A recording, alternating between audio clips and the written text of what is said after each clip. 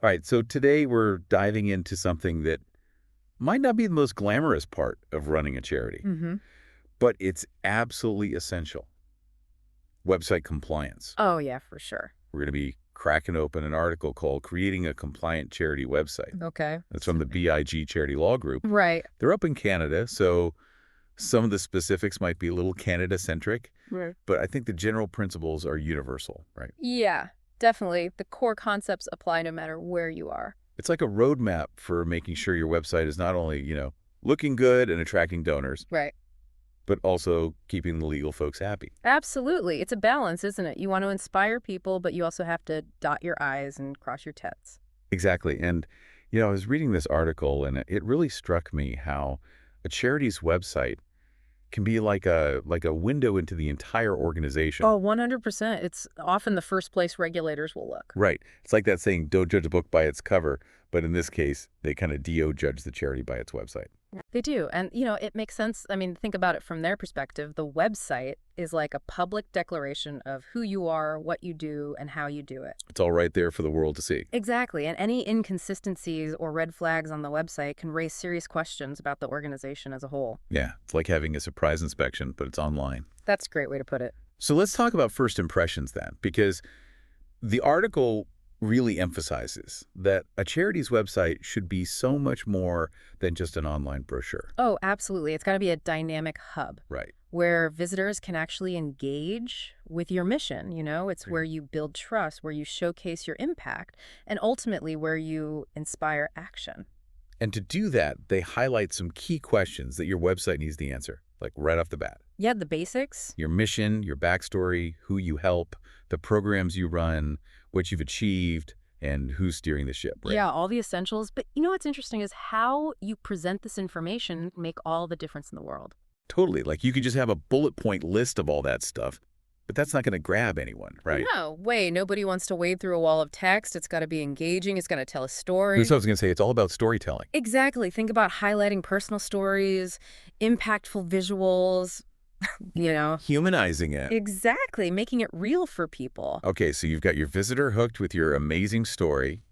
They understand what you're all about. Mm-hmm. Now let's talk about the nuts and bolts. Donation. All right. The lifeblood of any charity, right? Yeah. And these days, online fundraising is where it's at. And setting up a Donate Now button seems pretty straightforward. It is. Thankfully, platforms like Canada Helps and PayPal have made it incredibly easy for charities to collect donations online. But here's where I think things get tricky, because it's so easy to set it up. You might fall into that set it and forget it trap. Oh, that's a dangerous trap, especially when it comes to compliance. So even though these platforms are popular, you're saying there are still compliance issues that charities need to be aware of. Absolutely. Data security, donor privacy policies, making sure your donation process aligns with charitable giving regulations. Right. And then there's the whole world of cross-border donations. If you're receiving funds from outside of Canada, it can get really complicated. So it's not enough to just rely on the platform to handle all that. No, charities have to be proactive. They need to do their due diligence and understand the specific requirements for each platform they use. And if they're not sure, Talk to a lawyer. talk to a lawyer, all right. Yeah, a charity lawyer can help you navigate all the nuances and make sure you're doing everything by the book. So this is where that idea of transparency that the article talks about comes in, right? Yes, transparency is key. And it's not just about meeting the bare minimum requirements like publishing your annual reports. It's about going above and beyond to really open up your organization to public scrutiny. So being radically transparent. That's the goal. And, I understand it can feel a little daunting for some organizations. Like, why would we want to air all our dirty laundry? Right, like inviting everyone to look under the hood, even if everything isn't perfectly polished. I get it. But here's the thing. Embracing that radical transparency can actually build a ton of trust with your donors. It shows a level of confidence and integrity that speaks volumes. So it's about turning a potential weakness into a strength. Exactly. Showing that you're not afraid to be open about your finances, even if there are imperfections. But of course, as the article wisely points out, you need to have your financial house in order before you go throwing open the doors. Get your ducks in a row. Exactly. Make sure your records are meticulous, your filings are up to date, and any discrepancies have been addressed. You want to be transparent, not reckless.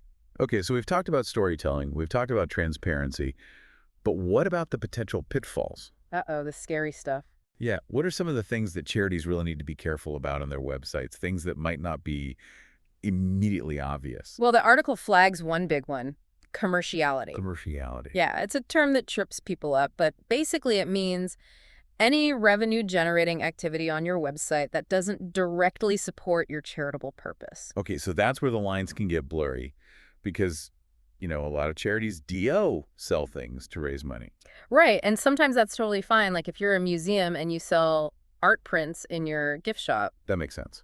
But it becomes an issue when the selling starts to overshadow the charitable purpose or when it benefits individuals rather than the organization itself. So give me an example, something that might seem harmless but could actually be a problem. Okay, imagine a charity dedicated to environmental conservation.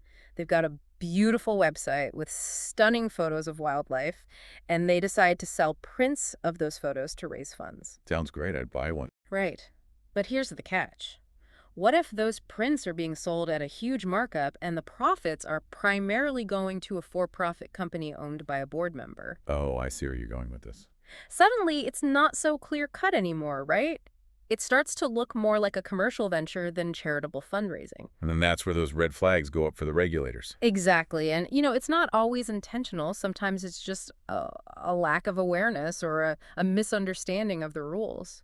So how do you avoid falling into that trap? Because acknowledging sponsors on your website is considered good practice, right? It is, absolutely. You want to show that you have support from the community, but there's a fine line between expressing gratitude and engaging in what the regulators might see as a quid pro quo deal or straight up advertising. Yeah. So transparency is important there too. Definitely. Be clear about your relationships with sponsors, make sure any partnerships are genuinely aligned with your mission, and benefit your beneficiaries. So it's about being mindful of the optics, making sure that everything on your website reinforces your charitable purpose and avoids even the appearance of impropriety. You got it. It's all about building trust and maintaining that public confidence. And speaking of trust, this whole issue of commerciality can actually reveal some deeper challenges within an organization, right? Like it's a symptom of a bigger problem. Yeah, it's like the tip of the iceberg. If a charity is struggling with commerciality on their website, it could be a sign that they haven't clearly defined their boundaries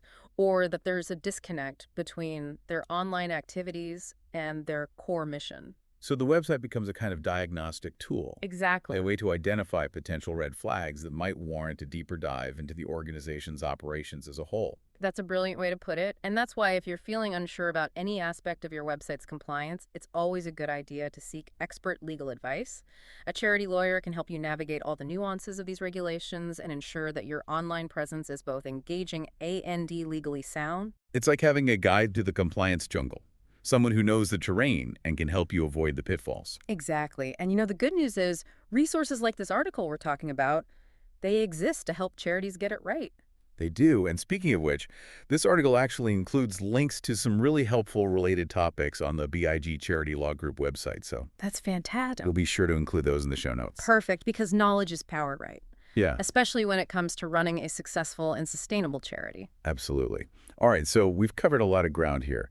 Storytelling, transparency, navigating that tricky commerciality issue. But there's one more area the article highlights that I think is often overlooked. What's that? Website design.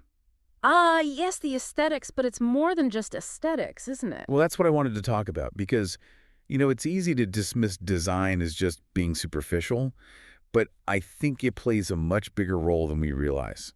I agree. A poorly designed website can reflect poorly on an organization's perceived capabilities. It's like showing up to a fundraising gala in sweatpants. Or, having a typo-ridden brochure. Exactly. It undermines your credibility. Yeah. No matter how passionate you are about your cause, first impressions matter. And in the digital world, your website, IS, your first impression. Right. And it needs to be visually appealing, easy to navigate, and reflect the professionalism and credibility of your organization. Think about it. Have you ever landed on a website and immediately gotten a bad feeling just from the way it looks? Oh, all the time. Right. It Yeah. makes you question whether they know what they're doing. Exactly. And that's the last thing you want when you're trying to build trust with potential donors. The good news is you don't have to be a coding whiz to create a professional-looking website. No, there are so many user-friendly platforms out there these days, like WordPress, Squarespace, Wix, you can build a stunning website with no coding experience whatsoever. And if your budget allows, you can always hire a professional web designer. Right. Outsource it. Exactly. But the point is, good design is an investment, not an expense. It's about presenting your organization in the best possible light and making it easy for people to connect with your mission. So it sounds like we've got a lot to consider when it comes to creating a compliant charity website. We do. Tell a compelling story, be transparent, steer clear of those commercial pitfalls. Mm. Make sure the whole thing looks professional and trustworthy. It's a tall order. It is, but you know what's really interesting to me is how all of these elements are actually interconnected. They all work together to create a website that not only meets the legal requirements, but also truly resonates with your audience. Oh, 100%. It's not just about checking boxes. It's about creating a cohesive experience. Right, so how does that work in practice? Well, think about it this way. A well-designed website can actually make it easier to be transparent. If your website is easy to navigate, people are more likely to find the information they're looking for, whether it's your financial reports or your impact stories. So transparency isn't just about making the information available, it's about making it accessible and easy to understand. Exactly. And a website that tells your story effectively can help you avoid issues with commerciality. If people clearly understand your mission and what you do, they're less likely to be suspicious of your activities, even if they involve generating revenue. It all comes back to building trust. Absolutely. Trust is the foundation of everything. And that's what makes this whole topic so fascinating. It's not just about the legalities. It's about crafting a website that really reflects the heart and soul of your organization. Yes. It's your digital storefront. It's got to have personality. A website that inspires people to get involved and make a difference. That's the goal.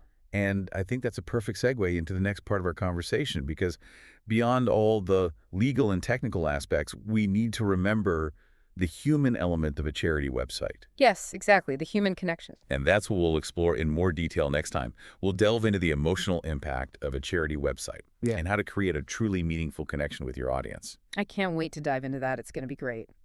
So we laid the groundwork talking about storytelling, transparency, commerciality, those tricky issues. But I want to circle back to something you said earlier about a website acting kind of like a diagnostic tool. Oh, yeah, like a canary in the coal mine. Right. Unpack that a little bit. Like, what kind of issues are we talking about here? Well, let's say you go to a charity's website and it's just plastered with ads, or they're pushing some for-profit thing tied to a board member. Red flag, right. Huge red flag. Makes you wonder if they're really all about the charitable purpose, you know? Exactly. But it could also mean deeper down, there's problems with how the whole organization is run. Governance issues. Right, like maybe the board isn't keeping a close enough eye on things, or they don't have strong rules about conflicts of interest. So it's not just fix the website, it's fix the thinking that led to the website being that way. 100%. And that's where getting advice from a lawyer who knows charities can be so helpful. More than just a website tune-up. Oh yeah, way more. A good lawyer, they won't just tell you how to change the words on your site. They'll help you spot those deeper problems that might be putting the whole organization at risk. Like a full checkup, not just a Band-Aid. Perfect analogy. Because it really is about looking at the whole picture when it comes to compliance. It's not just the website. It's making sure everything you do is ethical, transparent, built to last. So someone's listening to this and they're getting kind of overwhelmed, like, oh man, my website needs so much work. What's step one? First step. Breathe. Don't panic. Right. It's a lot to take in. I get that. But the article's a great starting point. It lays things out really clearly. And like we said, talking to a lawyer never hurts. They can give you advice tailored to your situation. Because every charity is a little different. Exactly. And don't forget, compliance isn't just about avoiding trouble. It's about making sure you can keep doing the good work for the long haul. That's a great point. It's like you want to play the game right so you can stay in the game, so to speak. Exactly. All right, so we've got storytelling, we've got transparency, we got to steer clear of commerciality and make the website look sharp and trustworthy. What, Ellie, makes a charity website really effective, stand out from the crowd? Oh, good question. I feel like it's almost the same things that make a good charity, full stop. I think you're right. Being authentic, having a clear mission, those things matter online just as much as offline. So you're building a site from scratch. Legal stuff's taken care of. Your story's amazing. How do you actually make that emotional connection we talked about? in the design. Ditch the jargon, for one thing. Too many websites are like reading a textbook. Nobody connects to that. Like trying to explain your whole mission to someone at a party using only academic terms. Hilarious, but yeah, that's what it's like. Keep it simple, keep it human, Yeah. and show some personality, warmth, maybe even a little humor. I'm imagining like big photos, the kind that really pull you in. You feel Yeah. like you're right there with the people they're helping. Exactly. And don't just use still photos, videos, maybe some kind of infographic, things that get people's attention. And make it interactive. Quizzes, polls, even like a virtual tour of what you do. The more senses you can engage, the more they'll remember you. And we can't forget about accessibility. Making the site work for people with disabilities, that shows you're walking the walk, not just talking the talk. For sure, every little detail should reflect who you are as a charity. So creating a website that's both compliant and impactful is doable. Takes planning, attention to detail, and a lot of heart. You got it. And remember, you don't have to go it alone. There are people out there who can help. Web designers, lawyers. If you're stuck, reach out to someone. There are specialists who work with nonprofits all the time, like B.I.G. Charity Law Group. Those guys are great, Yeah, their website's a goldmine of information. and they really care about helping charities succeed. That's what it's all about. But, and this is important, I think, this learning process never really ends, does it? Nope, the internet's always changing. So you got to stay curious, stay informed, keep tweaking that website. Exactly.